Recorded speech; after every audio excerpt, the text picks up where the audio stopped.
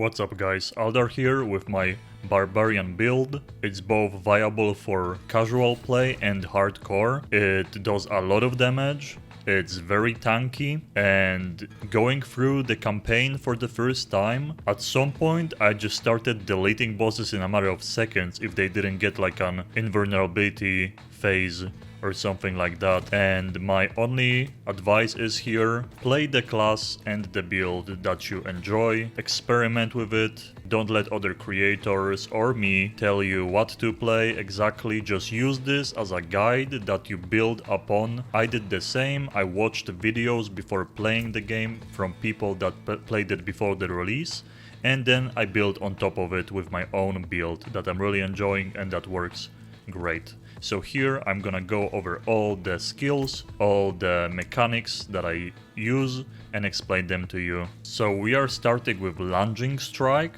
and you do want to start with the bleeding one and then later on spec to combat. I, playing the campaign, used the other one because bleeding will just benefit more than the critical strikes that you're not gonna get that often.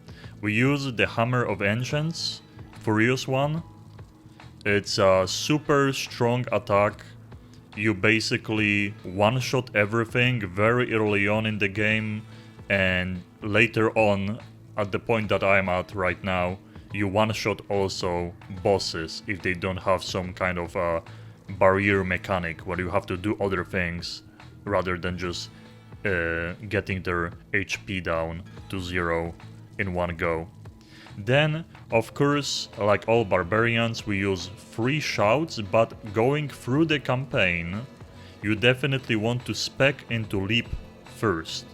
I was using leap for that initial fury generation. You would jump in, you would get some fury, and you would cast your skills, because the biggest problem for barbarian and for many other classes is the resources you have, and your end game goal is not only stacking up damage and defenses, it's making it so you can always cast your things and not worry about the fury.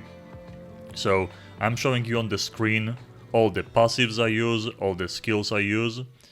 Early on, the berserking passives I skipped and just went back to them, but it's your choice at what point your build, thanks to the legendaries you're gonna find, thanks to everything that's happening on your screen, it's your choice when to go into some of those passives when you know that you are actually benefiting from them. The most important thing that you want to go the moment you can for is hamstring. So this makes it so every bleeding enemy is slowed. And what it means is that they are crowd controlled. So everything in the game that affects crowd controlled enemies will be happening to all the enemies around you because of our expertise. So expertise is the special barbarian thing, and you should choose, I think most of the time, maybe not 100%, you can do some other sneaky builds, but hamstring, 1 point in hamstring, works for us super well because of the two-handed sword expertise. Because all the damage we do in the game transfers to bleeding. So that means everything is gonna be bleeding, that means everything is gonna be slowed, and that means everything is gonna be crowd controlled. And that's super important for us. Then, next, when you are leveling, I would advise you to go for Call of the Ancients. This will definitely early on be very helpful to defeat bosses and big groups of mobs when you don't have your fury. This will also make it so your fury goes up while Call of the Ancients is up. Later on, when you are reaching level 50, when you feel like it's already worth, you respec to the other ult because you are doing so much damage, you just want to be able to cast more, to run faster. I'm even using my ult at this point just to run faster through a dungeon, to reach some place and not even use it as a defensive thing.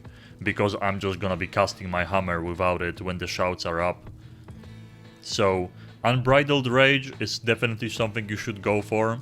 Core skills deal 135 increased damage, and you should go for it the moment you can, but only if you can manage the 100% more fury. So my advice is, if you struggle with it, if you spec into Unbridled Rage and you cannot cast your skill, here in this build it's the Hammer of the Ancients, just unspec, because it's better to deal less damage than not be able to just cast in general, because that's gonna be a huge mistake on your part if you spec into it too early with your build not being ready for it. So after reaching level 50, we're going for the Paragon board, and you should right away go through all of those strength nodes and reach your socket that you're gonna be putting Exploit in. Exploit is the number one thing you should go for early on, if you can, of course. I found it right away, so I reused it immediately, and it's insane. It's actually insane because it makes all enemies in the game vulnerable. So we don't even have to use the passive on Barbarians 3 that you get a chance to make someone vulnerable, because we just always do. And to activate your exploit, you will need to take all the dexterity nodes around it. So that's the first thing you should be focusing on. And later on the second board, my plan is to go for Blood Rage, on the third one for Decimator, and the fourth one is going to be the Warbringer. Then, as you can see on my gear, a very important stat is the core skill damage, that will early on boost your damage like crazy. Also strength, of course, all the damage to vulnerable, to crowd control, all that you can stack up. You can see kinda the build isn't fully ready, but the choices I picked here.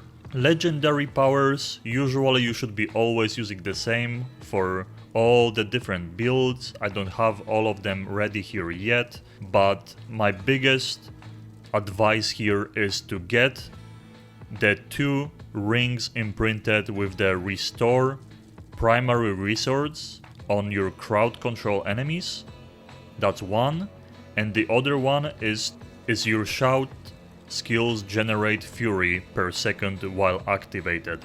That's gonna be helping you very early on, and eventually you want to find a ring that makes it so your shouts have a chance to lower their own cooldown, because we always want our shouts to be active rather than getting some of that fury back. And my final advice before I show you some gameplay and the rest of my stats is to always pick the highest damage bludgeoning weapon, because you're gonna be using it as your primary damage source, but the rest of your weapons is purely statistics. So your two-handed sword and your 2 single-handed weapons should only concern you when it comes to core skill damage, and the other stats, you don't look at their DPS at all.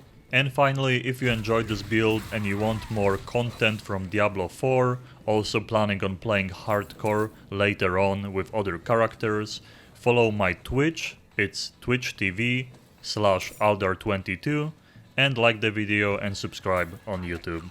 So, see you later with more guides and gameplay. Peace.